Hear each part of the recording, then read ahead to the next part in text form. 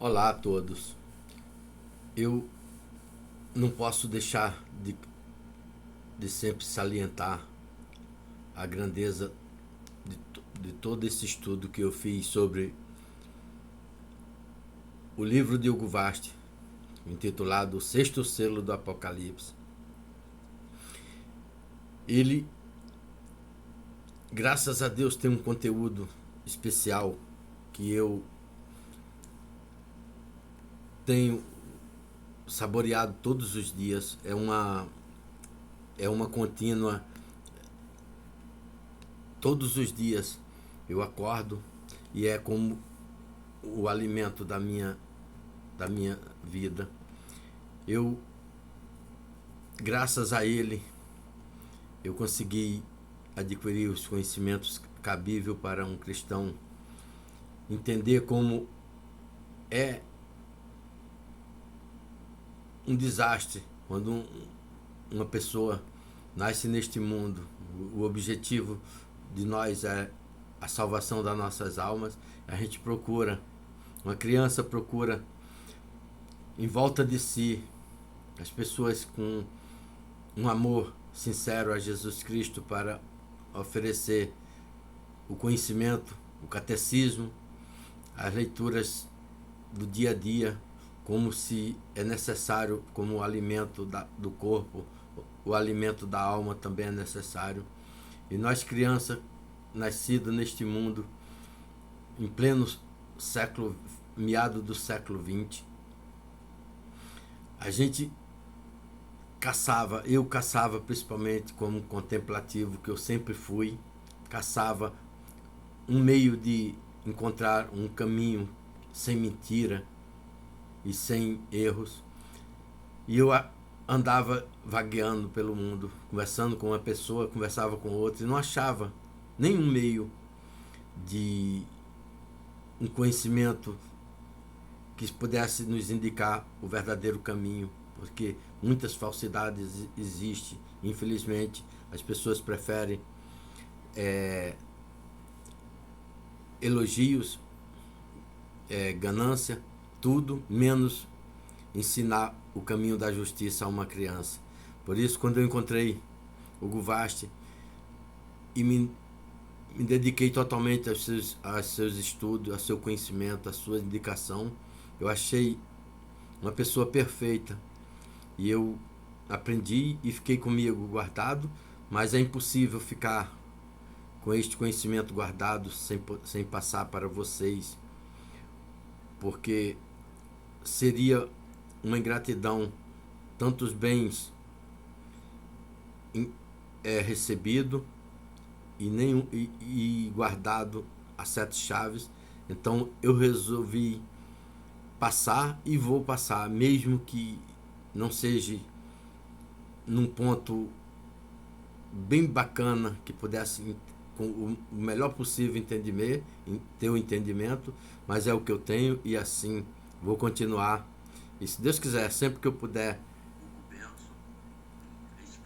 vou aperfeiçoar. Neste século, e que tantas polêmicas suscitou pró e contra, pelo inusitado e ousado do tema polêmica, às quais ele respondeu com outra novela talvez mais bem pensada, porém menos espontâneas, a nova Aurora. E não falamos de outra obra similares pela considerarmos de outro tema, embora falem dos últimos dias, como a Cidade do Sol, de Campanella, sobre a sociedade futura, o juízo final de Cami, célebre novela humorística sem fundo científico, ou Low King Backward de Bellamy, que em nada se relaciona com as profecias. Por isso, só no converso inglês encontramos antecedentes a algo vasto, mas não vacilamos em manifestar que nos parece superior, o autor argentino, antes de tudo, depois de quase meio século de aparecido Senhor do Mundo, pôde o novelista americano utilizar mais inventos, então apenas suspeitados, e assim aproveitar o rápido desenvolvimento das ciências.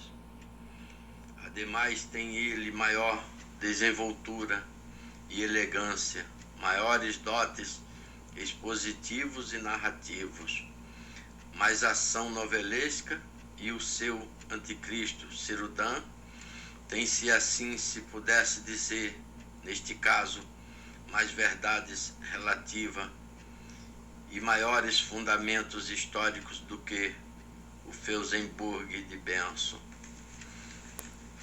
Dos sacerdotes apóstatas de ambas as novelas, o padre Francisco do Inglês e o Frei Simão de Samaria, de Vaste, este tem mais realidade psicológica. Ambos os livros encerram-se com um canto de triunfo, com um hino de louvor a Cristo Senhor nosso.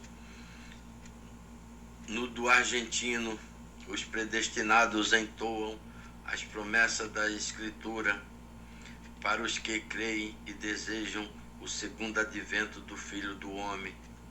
No outro, os últimos cristãos congregam-se em torno do último Papa para elevar um hino eucarístico, e este final agrada-nos mais. Claro que não podia repeti-lo o novelista posterior sem que o acusassem de plágio.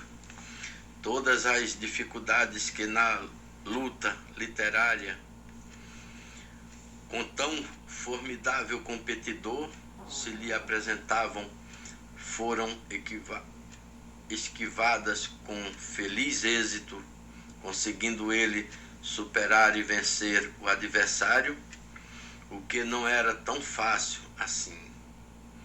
E como já o dissemos, com maior domínio da exegese e com maiores recursos para adornar a narração e deixar voar a fantasia, sem prejuízo da verossimilação. Porquanto devagar sobre sucessos futuros sem lógica, sem fundamento algum, é muito factível a uma imaginação fecunda. Porém, narrar os fatos como se em verdade houvessem sucedido, apresentar os personagens cheios de vida como arrancados da história e não do reino dos sonhos, dá uma simples obra imaginativa à realidade de uma novela histórica, e conseguir cativar a atenção dos leitores e fazer-lhe crer que estão assistindo a fatos que não aconteceram, e não é concedido senão a um novelista que tenha a vocação e a faculdade de Hugo Vaste. Não queremos tirar o interesse aos leitores do livro. Fazendo aqui o resumo dele, só ousamos adiantar alguns dados. Antes de tudo, o nome do livro 666 dá-nos a entender que o seu personagem principal é o enigmático anticristo, sobre o qual tanto se há discutido e cujo nome o Apocalipse dá nestas misteriosas palavras: quem tem inteligência, calcule o número da besta, porque é número de homem, e seu número é 666, Apocalipse 13, 18. Uns têm crido que tal número corresponde ao nome de Maomé, em grego, Maomedes, pois os valores aritméticos de cada uma das suas letras somam o misterioso número. Outros opinam que significa o rei de Israel, escrito em hebraico. Hamelech, Lis Israel, pois também as suas 10 letras somadas dão a cifra enigmática. Vasti reúne ambas as interpretações ao apresentar-nos o anticristo na pessoa de Cirudã, rei de Israel, e coroado sultão com o nome de Maomé VI.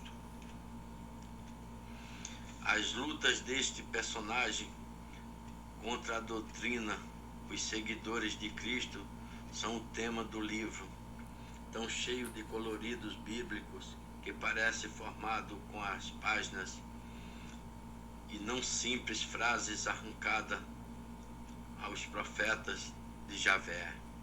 Há nele múltiplos episódios que reclamam os lápis de Gustavo Doré ou o tecito dantesco, e ele deixa no ânimo uma impressão de assombro que aniquila e conforta ao mesmo tempo que aniquila. Antes, o imenso do mistério que conforta, porque levanta o coração a impulso da fé até o trono da misericórdia infinita. Com passagens salientes na novela, permitimos-nos assinalar estas: a aparição de Voltaire ao virtuoso Frei Plácido para lhe anunciar o futuro, e ao completar-se o 2º centenário da sua morte, o infame patriarca de Ferney narra esta e as penas do inferno que o atormentam, e o faz com tão vivo, colorido, que se o malvado falasse, não poderia fazê-lo de outra maneira. A segunda passagem que reclama a nossa atenção é o relato do conclave que elegeu o sucessor de Pio XII, pastor Angélico, feito com tanto luxo e pormenores que dá a ideia de que se está lendo alguma passagem esquecida da vida dos papas. Porém, aonde o novelista exercitou todas as suas faculdades foi no capítulo intitulado A Comunhão do Anticristo, horrendo sacrilégio que culmina.